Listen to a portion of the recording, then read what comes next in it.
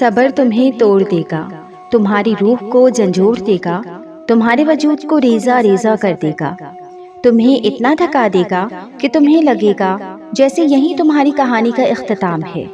لیکن تم پھر بھی دعا مانگنا مت چھوڑنا، تم پھر بھی اللہ کو پکارنا مت چھوڑنا۔ آزمائشیں تمہیں گیو اپ کرنے کی ہر ممکن وجہ دیں گی، لیکن تمہیں اللہ کی محبت کے لیے آگے بڑھنا ہے۔ تمہیں اللہ کا وعدہ یاد رکھنا ہے، تمہیں یہ یاد رکھنا ہے کہ اللہ صبر کرنے والوں کو پسند کرتا ہے۔ تمہیں یہ کبھی نہیں بھولنا کہ اللہ نے صبر کرنے والوں کا ہمیشہ ساتھ نبھانے کا وعدہ کیا ہے۔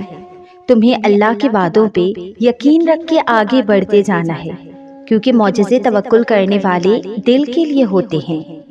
صبر بس کن کہنے سے پہلے کی آزمائش ہوتی ہے۔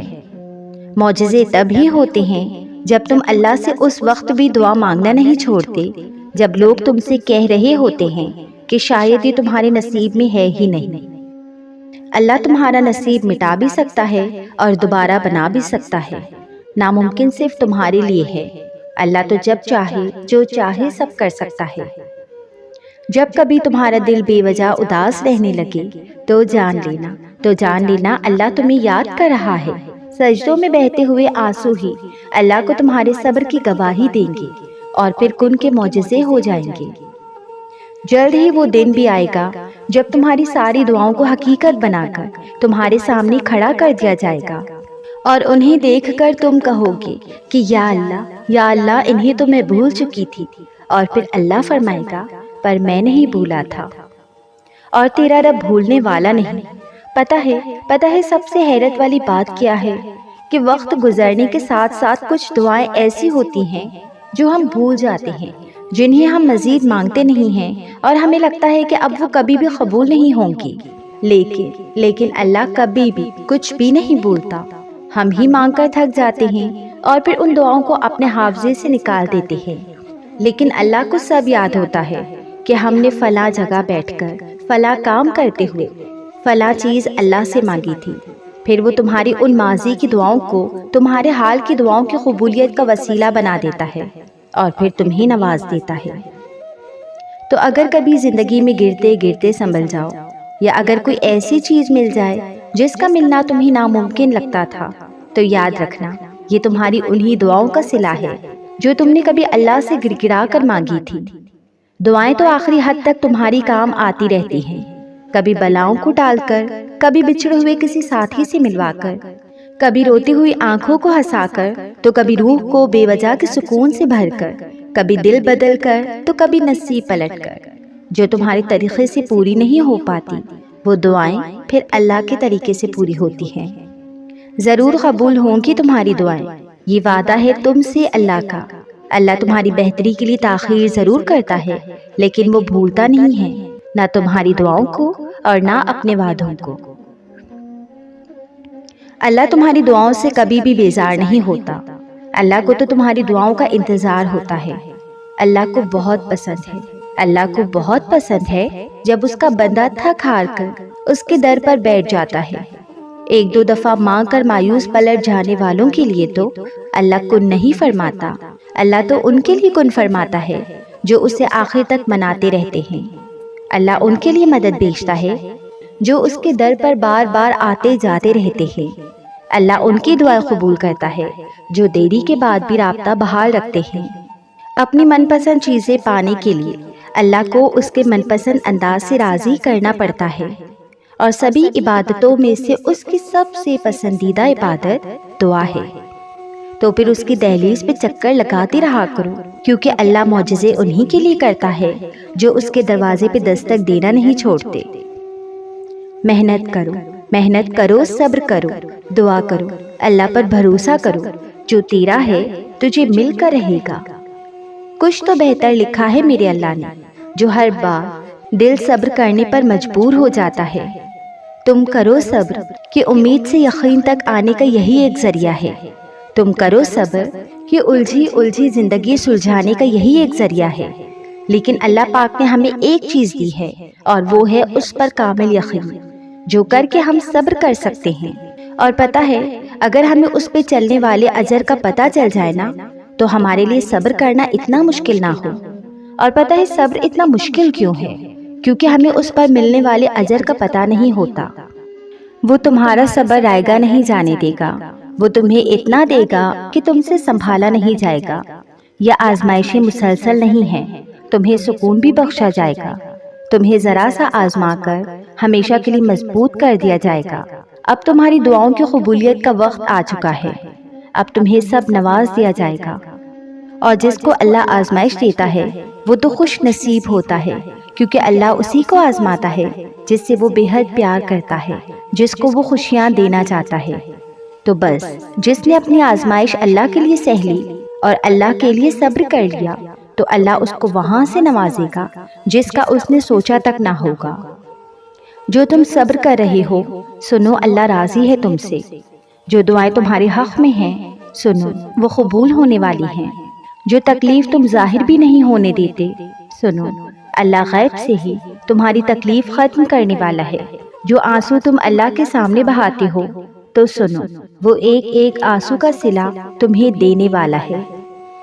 یہ جو یقین اللہ پر ہے نا تمہارا، سنو، وہ اس یقین سے بھی زیادہ تمہیں نوازنے والا ہے۔ تمہارا رب کی طرف آنا، اس سے محبتیں خاص کرنا، سنو، وہ پورا جہان تمہیں دینے والا ہے۔ اللہ کے لیے تمہارے غموں کو خوشیوں میں بدلنا کوئی مشکل تو نہیں، اللہ کے لیے تمہارے صبر کا صلہ دینا کوئی مشکل ہے کیا؟ میرا اللہ معجزہ کرتا ہے اور زندگی بدل جاتی ہے۔ سوچو سوچو، وہ تمہارے لیے بھی معجزہ کر سکتا ہے۔ تم مایوس ہو، واقعی تم مایوس ہو؟ ارے اللہ کہہ رہا ہے مجھ سے مانگ کے تو دیکھو، میں نہ دوں تو کہنا۔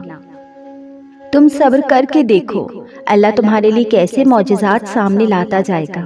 اللہ چاہتا ہے کہ تم اس سے بات کیا کرو، اس سے بات کر کے تو دیکھو، وہ رب تمہاری روح کو سکون دیتا جائے گا۔ پھر ایک دن ایسا آئے گا جب اللہ تمہارے اٹھے ہوئے ہاتھوں کی لاج رکھ کر کن فرما دے گا۔ صبر آخر اتنا مشکل کیوں ہوتا ہے؟ اور مسئلہ یہ ہے کہ اس کے بغیر چین بھی نہیں پڑتا۔ یہ سوال میں اکثر خود سے پوچھا کرتی تھی، لیکن پھر رفتہ رفتہ میں نے زندگی کو سمجھنا شروع کیا تو پتا چلا کہ زندگی تو صبر کے سوا کچھ بھی نہیں۔ کوئی بچھڑ گیا تو صبر، کوئی روٹھ گیا تو صبر، کسی نے کردار پہ انگلی اٹھائی تو صبر، جو مانگا وہ نہ ملا تو صبر، ماضی ستائے تو صبر، اور کسی کا ذکر کرتے ہوئے آنکھ بھر آئے تو صبر۔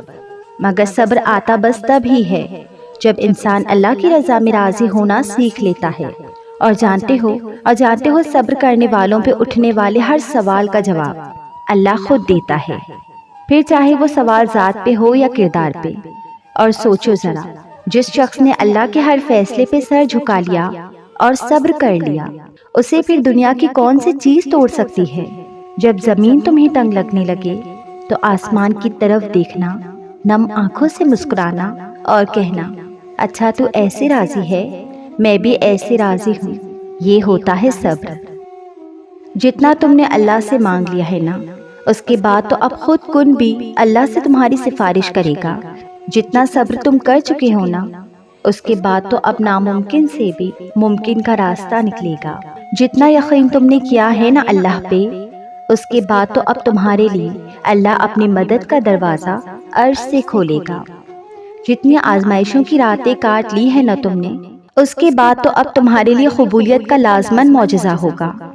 جتنی تڑپ کے ساتھ گڑ گڑا کر سجدے کیے ہیں نا تم نے، اس کے بعد تو اب تمہارا لکھا ہوا مقدر موڑ کر تمہیں راضی کیا جائے گا۔ اور کیا پتا اللہ کو تمہارا صبر پسند آ جائے اور تمہاری مانگی ہوئی ہر دعا پہ کن کہہ دے۔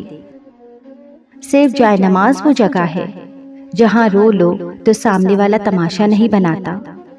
جب تم کسی چیز کو چھوڑ دیتے ہو تو وہ مرجھا جاتی ہے، لیکن جب تم قرآن کو چھوڑ دیتے ہو تو تم خود مرجھا جاتے ہو۔ تیری قدرت کو میں سمجھوں، میری اوقات نہیں آ رہا، مجھے سب کچھ عطا کرنا، بس گمراہ نہ کرنا۔ صبر کیجئے اور رب پر چھوڑ دیجئے، آپ کا رب جانتا ہے منافقوں سے نمٹنا۔ جب ہمارا اللہ کے ساتھ تعلق مضبوط ہو جاتا ہے تب ہمارا دل کبھی کمزور نہیں پڑتا۔ ہمیشہ الحمدللہ کہیں اور یاد رکھیں آپ کی زندگی ہزاروں لوگوں سے بہتر ہے۔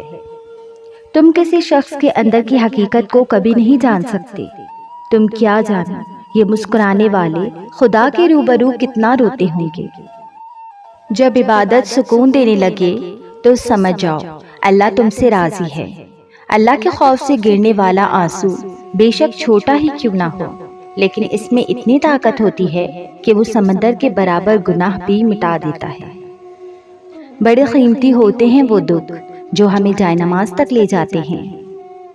سجدے میں نہیں جاؤ گے تو ظاہر ہے ڈپریشن میں جاؤ گے، اور سکون اس بات کا ہے کہ لوگوں سے بہتر مجھے میرا اللہ جانتا ہے۔ تمہارا پروردگار تم سے بہت محبت کرتا ہے، تو پھر اس شخص کی اوقات ہی کیا جو تم سے نفرت کرتا ہے۔ آپ نے کبھی غور کیا کہ درد آپ کو مضبوط بناتا ہے، خوف آپ کو بہادر بناتا ہے، اور دل کا ٹوٹنا آپ کو باشعور بناتا ہے۔ کسی انسان کی نرمی اس کی کمزوری کو ظاہر نہیں کرتی، کیونکہ پانی سے زیادہ نرم کوئی چیز نہیں ہے، لیکن پانی کی طاقت چٹانوں کو بھی ریزہ ریزہ کر دیتی ہے۔ وہ جگہ چھوڑ دو جہاں تمہارے جذبات اور تمہارے الفاظ کی قدر نہ ہو، چاہے وہ کسی کا دل ہو یا کسی کا گھر۔ اللہ پاک ہمیں کبھی نہیں چھوڑتا۔ ایک ماں سے جب بچہ کہیں چھوٹ جائے تو ماں کتنی تڑپتی ہے، پھر اللہ تو اپنے بندوں سے 70 ماؤں سے بھی زیادہ محبت کرنے والا ہے، تو وہ اپنے بندوں کو کیسے چھوڑ سکتا ہے؟ یہ تو ہم انسان ہی ہیں جو اپنے اور اللہ کے درمیان فاصلے لاتے ہیں، اور جب اپنا مطلب ہو تو سجدے کرنے لگتے ہیں۔ میری قسمت میں بھی ایسا کوئی سجدہ کر دے جو میرے سارے گناہوں کا مداوا کر دے، ساری دنیا سے چرا کر مجھے اپنا کر دے، میری مٹی کو خدایا سونا کر دے۔ میں تیرا چاہنے والا ہوں مگر ہے حسرت، جن کو تو چاہتا ہے مجھ کو بھی ویسا کر دے۔ ایک نظر اپنے گنہگار پہ کر کے مولا، اپنی رحمت کا حقدار ہمیشہ کر دے۔